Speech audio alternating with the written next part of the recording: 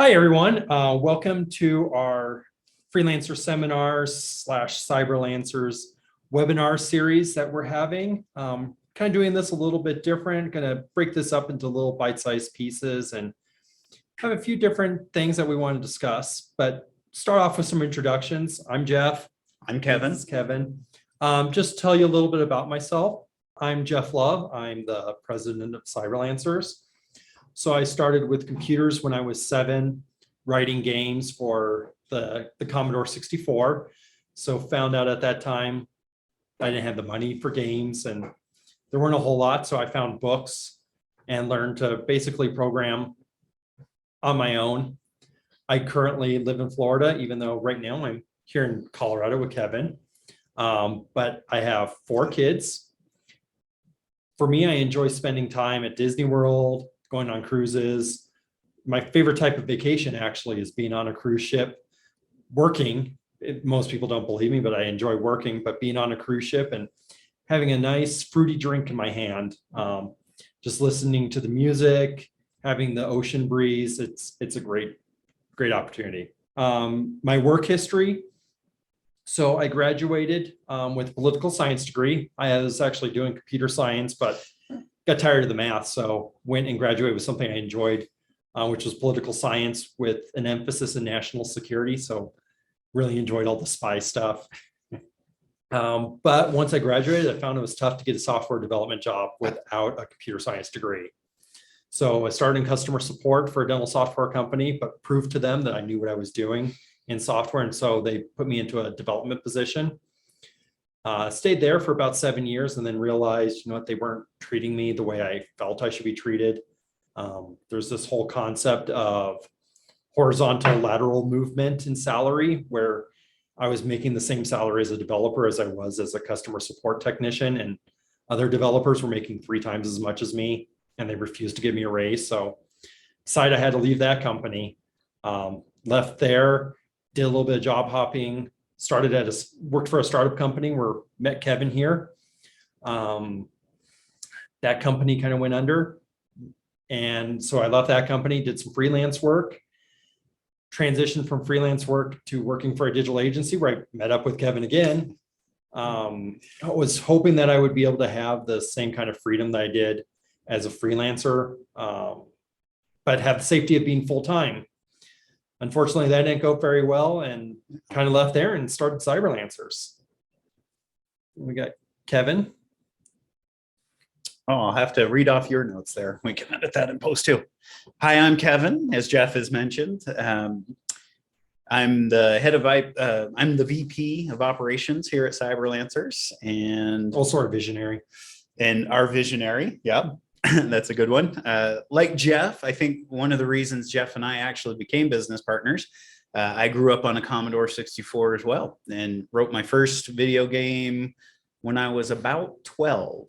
So, and I got my first paying computer software job at 16, writing ski software. So believe it or not, I've been in this industry for over 30 years now. I live here in sunny Denver, Colorado, got 2 kids. In my spare time, I love woodworking and skiing and hiking and all those fun outdoorsy things you'd associate with Colorado. And my big goal here coming up in the future is I'd like to hike the entirety of the Long Trail in Vermont, my hometown. Yeah, a little bit about myself. Like Jeff, I've been sort of an independent entrepreneur ever since the age of 16. With my buddy, I formed a landscaping company and we did haul away, excavation, and a lot of mowing of lawns. And that's where I learned how to do invoicing and actually learning what it meant to get a client base and actually stay on top of that sort of thing. Then after that, went to school in computer science and got the degree. It wasn't as exciting as spy work that Jeff was doing, but I did love the math and I did love the computer programming. So took to that like a duck to water. And after that, joined the Air Force and wrote software and was the head of the software development team at Wright-Patterson Air Force Base in Ohio.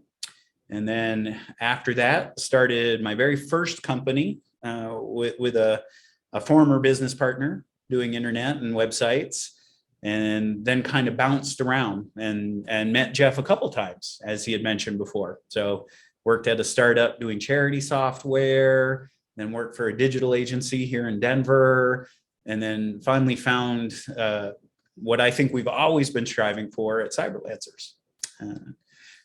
So, Kevin, why do you enjoy being a software developer? Why did you get into software development? Oh, I knew from the start, like you. When I was 12, my nephew, who he and I are the same age, he had a Commodore, and we didn't even have a computer. And he showed me this text-based game called Zork, as I'm sure many of you guys know about. And I said, wow, I really want to do that. So I literally just sat down and started programming on the thing. And I wrote the first game at 12, and it was terrible. You would type in a command, and it would take a good 2-3 minutes before it would respond back. And usually it'd say, you can't do this. And then when I got to college, I didn't even know you could get paid to be a computer programmer. And so my initial degree was in mathematics. And then about the first 3 weeks in, I had taken so many CS classes. I said, wait a minute, you can major in this? And they said, oh yeah. And you could get paid a lot of money to do it. And then I never looked back. So yeah. How about yourself? I mean, I think for me, what it is being able to create something. So For sure. I'm not an artist. Yep. I can't draw at all. My wife's a good artist, but I can't paint. I can't draw. I can't create anything with my hands. I know you're good with woodworking. You're actually pretty good at that. That's not my foray either. So for me, software and creating code, being able to go and take just lines of code and seeing something. Yeah, I love that. Like when I was a kid, I don't know if you remember these. They used to have for like the Commodore, you could go out and get magazines. Yeah, I remember there was a magazine I got, and at the back of it, Byte magazine. At the back of it, it had lines of hex code. Yep. I And remember doing this. With that, I think it was over 4 issues. If you typed in all of this hex code, and it was pages and pages of hex code. And for those of you who don't know what hex code is, it's 2 letters. And so it's just constant like 0A, AB, C3. And it was just lines and lines and lines and lines of that. And I spent weeks typing all of that in. And at the end, I had a word processor. So you're taking what you had in these pages of paper and actually creating something physical that you can use. And that's what I loved about in college, when the internet was invented. But when the internet really came to use, and all of a sudden you had internet browsers, and I created one of the first websites at my college when they allowed us to have web pages.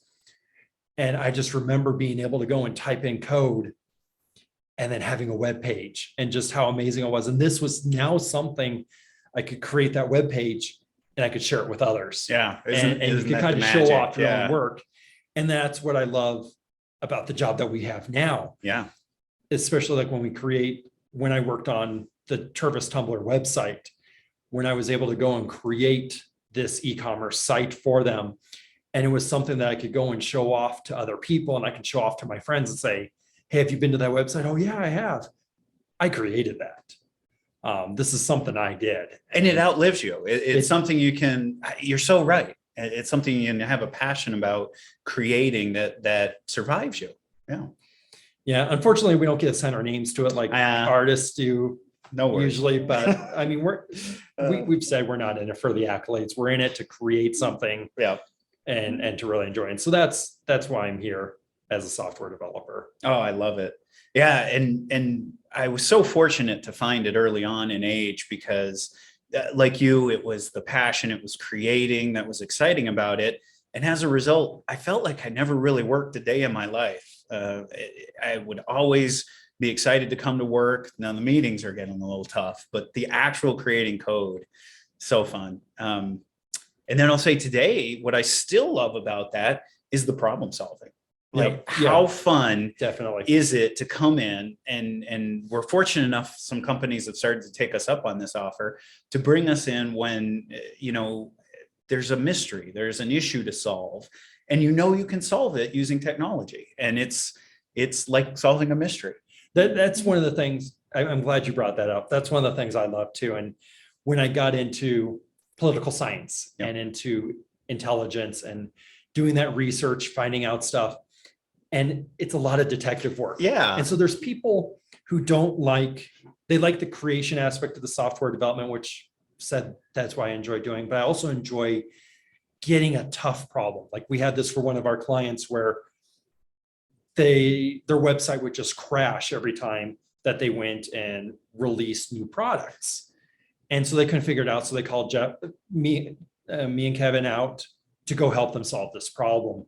And we were able to dig into it over 2 days and really do detective work. Yeah. I mean, and it was a complete collaborative effort. Remember that? Yeah. So we would come in and we basically talked to all the technologists in the company, tracking down each lead as we found it. So it was, it's That was a fun detective project. work. It's a treasure hunt. Yep. It's a treasure It's hunt. being creative. I think that's all the aspects that keep me here Mhm. doing software development. Yep.